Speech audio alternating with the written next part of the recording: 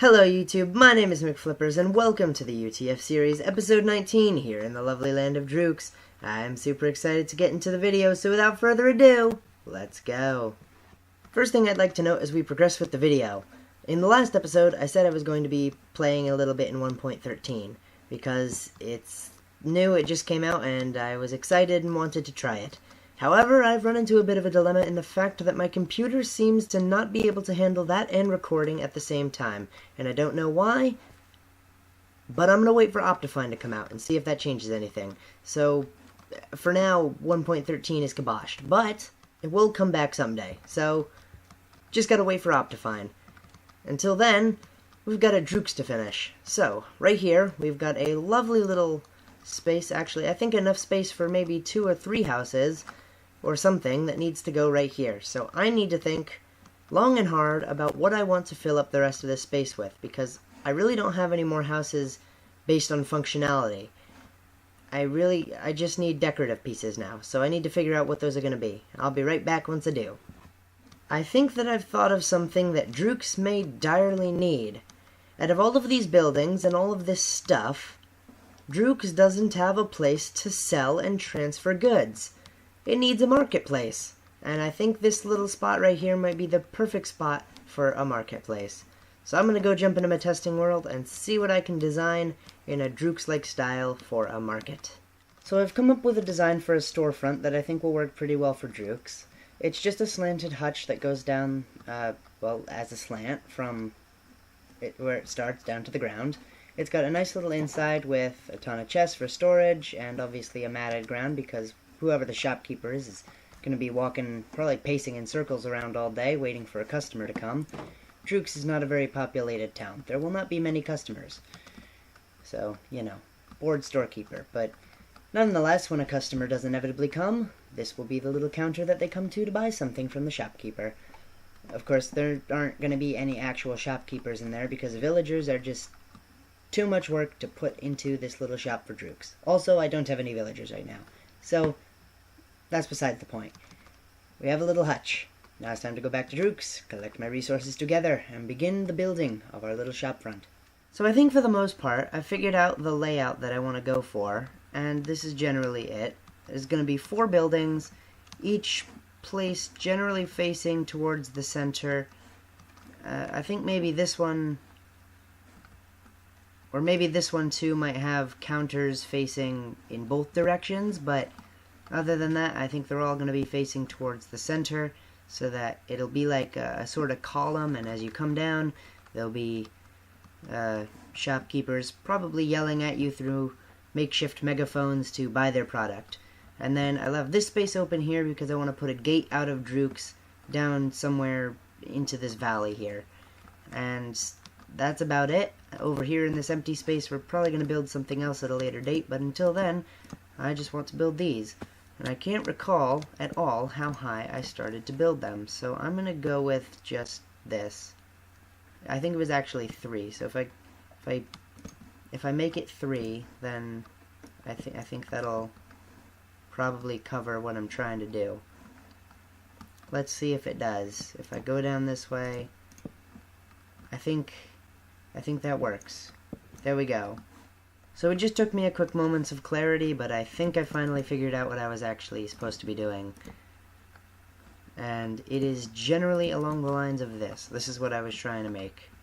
And if I put these 2 here, I can put those there. That's the backing for our wall.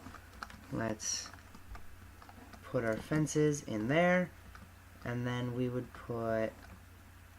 We'll just use more slabs across the front so that I can put in some more fence gates, because fence gates are key to the success of this build.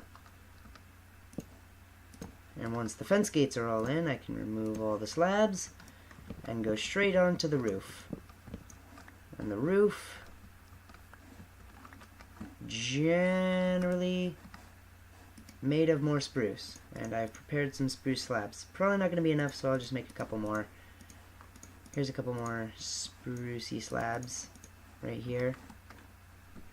And now if I just pillar on up to the top, I can place in those spruce slabs, and make a roof. But I'm going to do the rest of that off cam, and I'm going to do the rest of these off cam. I'll be back when I have completed them, and I am prepared for the unveiling of the town shop. And maybe some more detailing. I don't know. I'll give you a progress update when I'm done.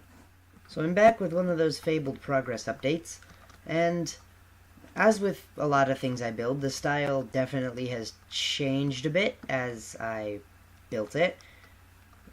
Well, it's changed a lot from my testing world, but I actually think I like this change a lot more. The roof isn't just a straight slant anymore. If you go over to the back, you can see it more clearly that the roof is now more like, well, it's more like a slope. It kind of comes down more on a slope than just a flat, slanted angle.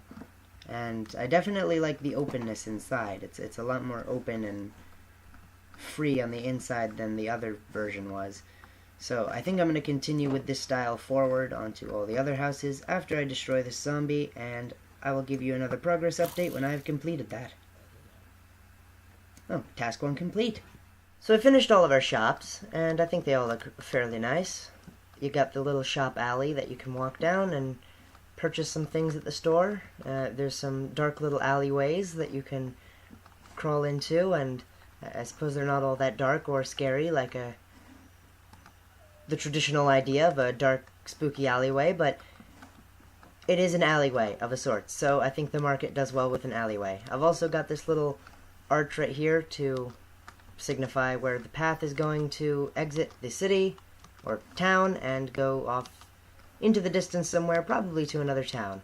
So now I just have to extend this path and the path over on that side and bring them all around to the town, and possibly do some interior work on these things, although I'm not really sure what to do for the interiors, other than just a lot of chests and crafting tables and stuff. So I'm going to do the most of that off camera, and I'll be right back when I'm done. So I've completed the pathways and the interiors of the buildings, and I think it all is looking very nice. This is the little shopping district alley. It's quite small, but this is a small town, so that's fine. I've also got my archway path thing finished right here as yet another exit to the town, or entrance, I suppose. In the next episode, probably going to be working something on this big semicircle-like area right here, and maybe adding some more paths around the area to fill up some of the missing space and connect some stuff, like here. There could probably be a path looping around the end, and maybe something in this little space here. I don't know, but we'll save that for the next episode. So, that's about all I have for this one. So with that being said, I'd like to thank you all for making it to the very end of this episode in the U.T.F series. I had a ton of fun making it, so I hope you all enjoyed as much as I did. And remember, if you did like the video, to like, subscribe, and hit the notification bell to see more of my future content when it comes out. The channel and I would greatly appreciate it. And until the next video, keep swimming with the squids, and I will see you then.